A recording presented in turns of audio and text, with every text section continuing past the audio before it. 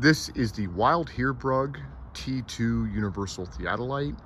I purchased this guy off of eBay approximately a month and a half ago, and I just haven't had the time to really evaluate it. So I figured today it's beautiful out, and this would be a great opportunity to set up the legs and get it up in the air and evaluate it. So let's go over some of its functions.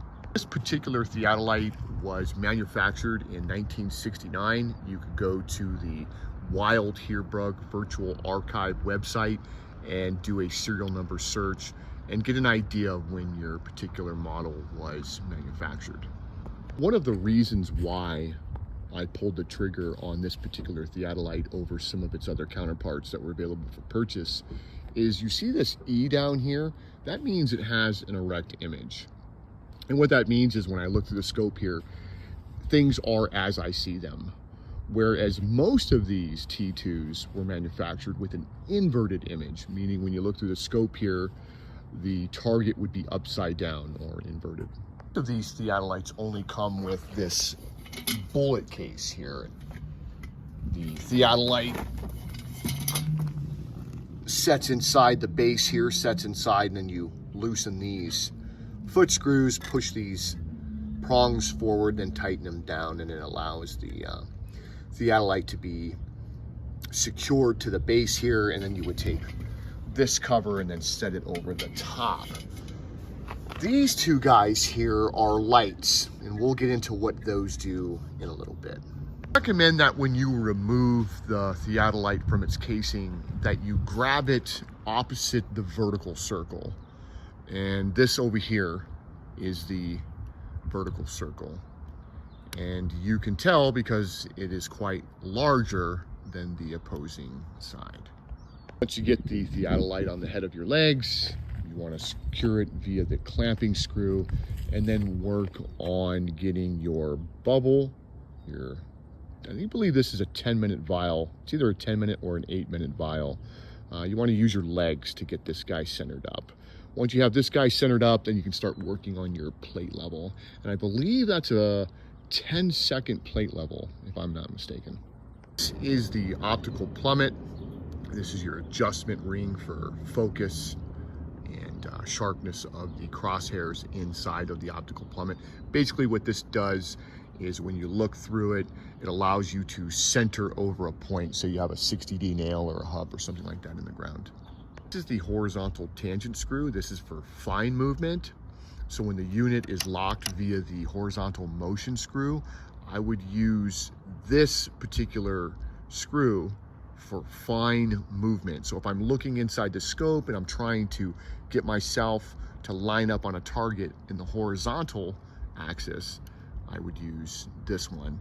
And so that's for fine movement. And then coarse movement would be if I turn this horizontal motion screw counterclockwise, it unlocks the instrument and allows me for more of a coarse movement. This is the vertical tangent screw, and that is also for fine movement. When the instrument is locked via the vertical motion screw, I can use this for fine movement to center on a target in the vertical axis. And if I want coarse movement, I would unlock using this particular screw here. So this would be locked, no movement, and I would use this for fine movement. I would unlock it for coarse movement. This knob here is for the vertical circle and horizontal circle reading. When this is in the vertical position, it allows me to access the vertical circle, which is used in conjunction with this mirror. So when this mirror is open and this knob is in the vertical position, light comes in and allows me to read a vertical angle using the micrometer scope here. This knob is in the horizontal position. I would then use this mirror over here. I would open it, and you can turn this mirror so that you can reflect the sunlight into the horizontal circle so that you can then make a reading using the micrometer. The micrometer has a focusing knob so that you can enlarge the numbers and the clarity and sharpness of those readings via this knob here. This is the focusing ring for your telescope. This here is the adjustment ring for your crosshairs so that you can get them refined, very clear, distinct, and dark. And this here is your micrometer knob. You'll use this once you look through the micrometer eyepiece to line up the 3 coincidence lines. And so if you look through here,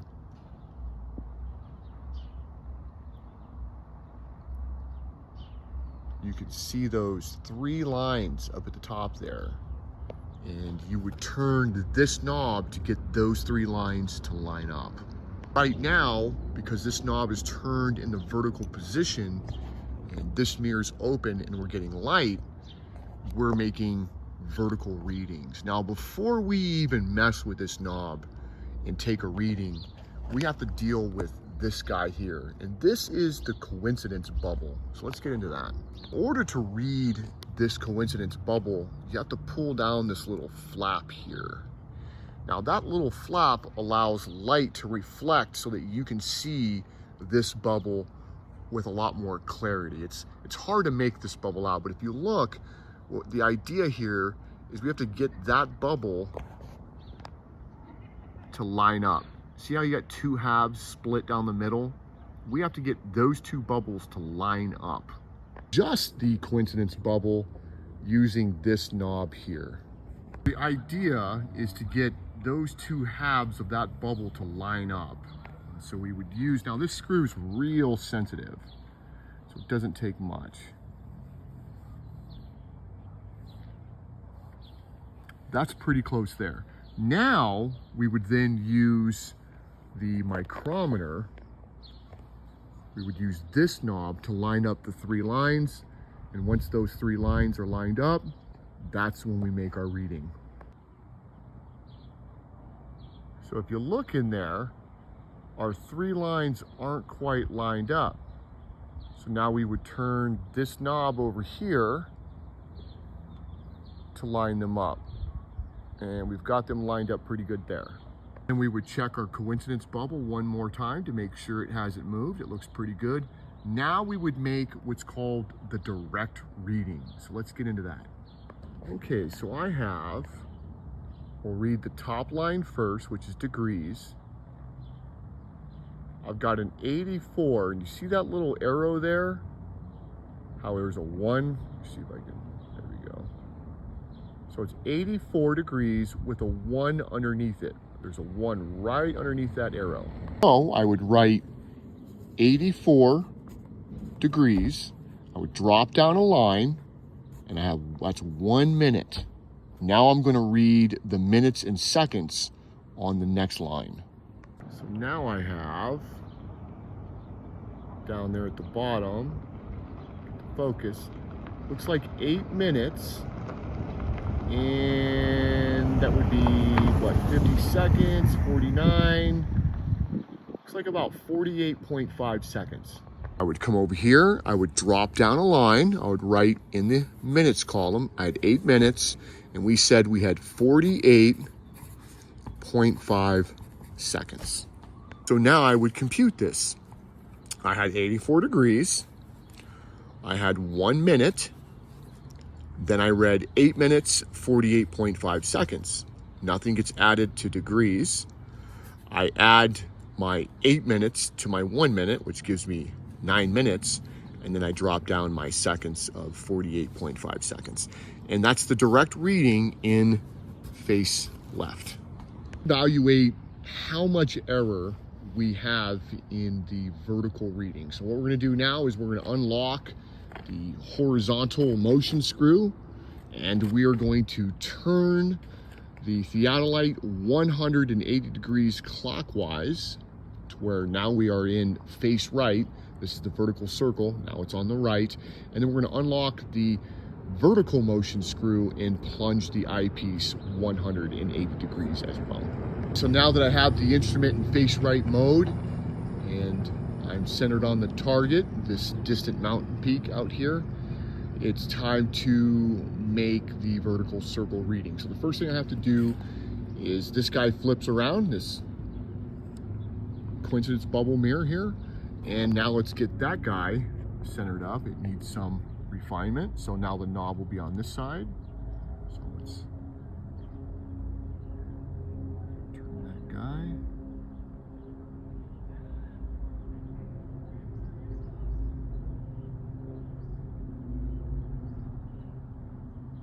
Could use a little, there we go. So it doesn't take much of a movement. So now that we have our coincidence bubble, now we can line up our coincidence lines via the micrometer.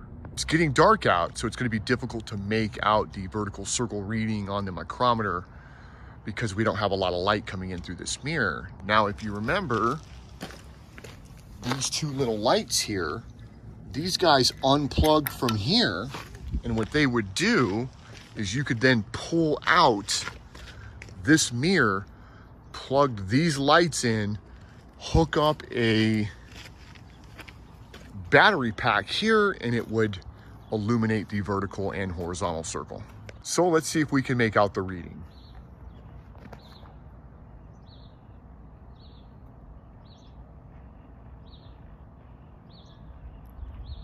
Not too bad. So now we'll need to turn our knob until those three lines coincide with one another. Now that I have those three lines in coincidence, we can make the reading. And it's directly as I see it. So the first reading is 275 with a 4 right underneath the arrow. So 275 degrees, 4 minutes. And face right. So face right mode, 275 degrees, 4 minutes.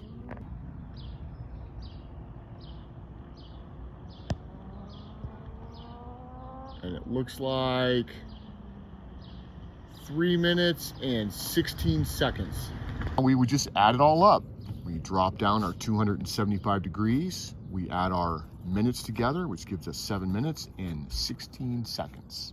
Now the idea is to add our face left and our face right. And what we're expecting is to get close to 360 degrees. We might be a little bit over, we might be a little bit under, and that's going to let us know how much error is in the actual measurement. We're not going to hit exactly 360 degrees because, well, there's just no such thing as a perfect measurement. So let's enter that in. We have 84, so we're going to 84 point. This is a RPN calculator, so it's a little bit different than what you might have. 0.9485, and we're going to turn that into decimal degrees. We're going to enter. Now we're going to take our next measurement in face right, which was 275.0716. Hours, minutes, and seconds. We're going to add those two together, and we're going to bring it back into degrees, minutes, and seconds. And so we've got 359 degrees, 17 minutes, and 4.5 seconds. Let's find out how short we actually are. So let's turn this back into decimal degrees.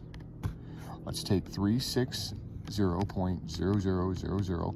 We're going to roll that up into the register. And now we're going to minus. Now we're going to turn it back to degrees, minutes, and seconds.